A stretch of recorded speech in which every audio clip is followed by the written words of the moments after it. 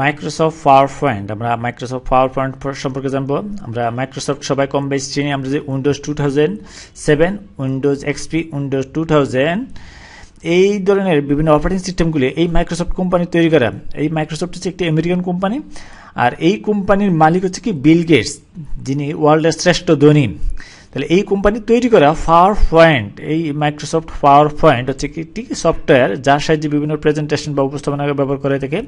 আমরা যদি ইংরেজিতে লিখে নিই, এই মাইক্রোসফট পাওয়ার পয়েন্ট, এই পাওয়ার পয়েন্ট,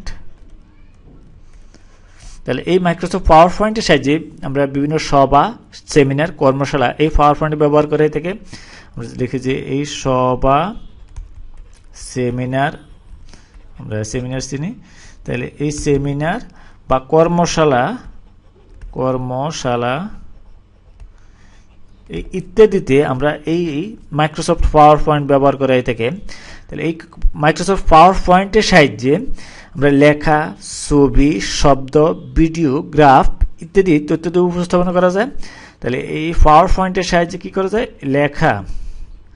লেখা, ছবি, শব্দ, ভিডিও, আমরা ভিডিও যে ছবি দেখি, তাহলে এই ভিডিও, তারপরে গ্রাফ এই ইত্যাদি এই তথ্যাদি উপস্থাপনার ক্ষেত্রে এই পাওয়ার পয়েন্ট ব্যবহার করা হয়ে থাকে। তথ্যাদি উপস্থাপনা করার জন্য উপস্থাপন করা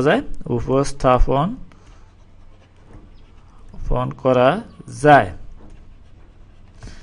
তাহলে এই লেখা, ছবি, শব্দ ইত্যাদি তথ্যাদি উপস্থাপন করা যায় এই পাওয়ার পয়েন্টের সাহায্যে। আমরা দেখি যে এই পাওয়ার পয়েন্টের সাহায্যে কি করা যায়? তথ্যাদি উপস্থাপন করা যায়। তাহলে এই প্রেজেন্টেশনের বা উপস্থাপনার এই একটি অংশ হচ্ছে কি স্লাইড বলা হয়। আমরা এই প্রেজেন্টেশনের যদি একটি অংশ হচ্ছে কি প্রেজেন্টেশনের একটি অংশ হচ্ছে কি অংশ স্লাইড, একটি অংশ কি স্লাইড। আমরা যদি ইংরেজিতে লিখি এই স্লাইড, SLIDE, স্লাইড বলে, একটি অংশকে স্লাইড বলে। আর প্রেজেন্টেশন তৈরির খসড়াকে বলা হয় কি স্লাইড লেআউট। এই প্রেজেন্টেশন তৈরির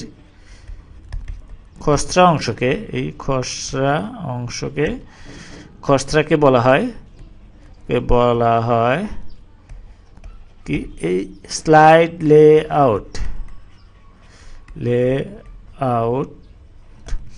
এই স্লাইড লেআউট বলা হয় থাকে।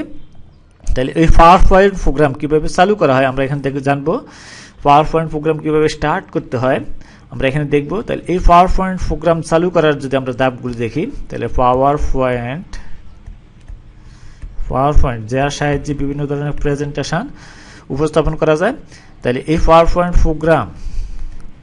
প্রোগ্রাম খোলার ধাপগুলো দেখবো। আমরা যদি খোলার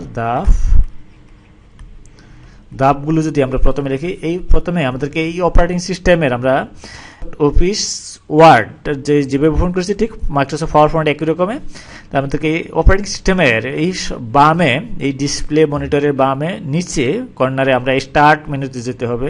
এই স্টার্টে ক্লিক করতে হবে। স্টার্ট থেকে অল প্রোগ্রামস আমাদেরকে যেতে হবে। অল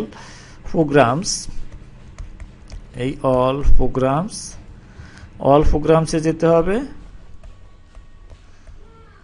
অল প্রোগ্রামস থেকে আমাদেরকে যেতে হবে এই মাইক্রোসফট অফিস, আমাদেরকে ওপেন করতে হবে মাইক্রোসফট অফিস। এখান থেকে যেতে হবে মাইক্রোসফট অফিস। এরপর আমাদেরকে ওপেন করতে হবে এই মাইক্রোসফট এই পাওয়ার পয়েন্ট। এরপরে আমাদেরকে ওপেন করতে হবে এই মাইক্রোসফট পাওয়ার পয়েন্ট। তাহলে এখান থেকে আমাদেরকে ওপেন করতে হবে মাইক্রোসফট পাওয়ার পয়েন্ট। আমরা যদি এটা থেকে ওপেন করি এই মাইক্রোসফট পাওয়ার পয়েন্ট,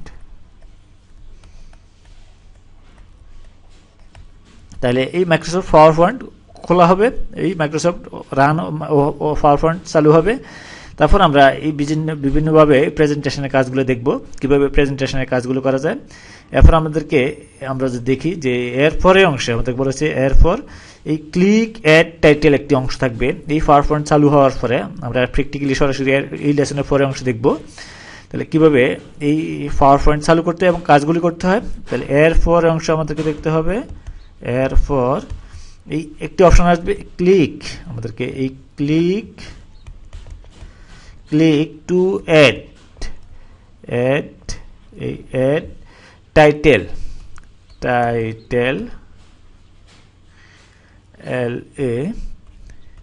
এই টাইটেল, এবং আরেকটি অংশ থাকবে আমাদের, আরেকটি অংশ নিচে থাকবে এরকম যে এই ক্লিক টু অ্যাড সাবটাইটেল। এই ক্লিক টু অ্যাড করতে বলা হয়েছে, যে এই অ্যাড সাবটাইটেল করতে বলা হয়েছে। তাহলে এভাবে আমরা এই সাবটাইটেল যোগ করতে পারি। আমরা এখানে বাংলা অথবা ইংলিশ যে কোনোটা আমরা লিখতে পারবো। তাহলে এই টাইটেলের মধ্যে আমরা ইংরেজি, বাংলা ও ইংরেজি লিখতে পারি।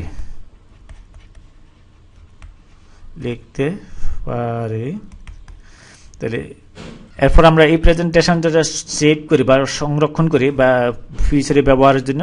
তাহলে সেভের পদ্ধতিটা একই, এমএস ওয়ার্ডে আমরা যেভাবে সেভ করেছি মাইক্রোসফট ওয়ার্ডে, ঠিক তদ্রূপ এরকম আমরা সেভ করব। তাহলে এই প্রেজেন্টেশন সেভের ক্ষেত্রে অফিস বাটন থেকে, এই অফিস আইকন থেকে আমাদেরকে যেতে হবে এই সেভে গিয়ে এই সেভ থেকে সেভ এজ একটি ডায়লগ বক্স আসবে। এই সেভ এজ ডায়লগ বক্স আসবে।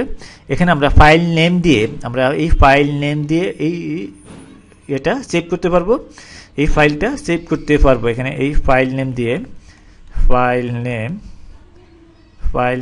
দিয়ে আমরা যে কোনো নামে সেভ করতে পারি।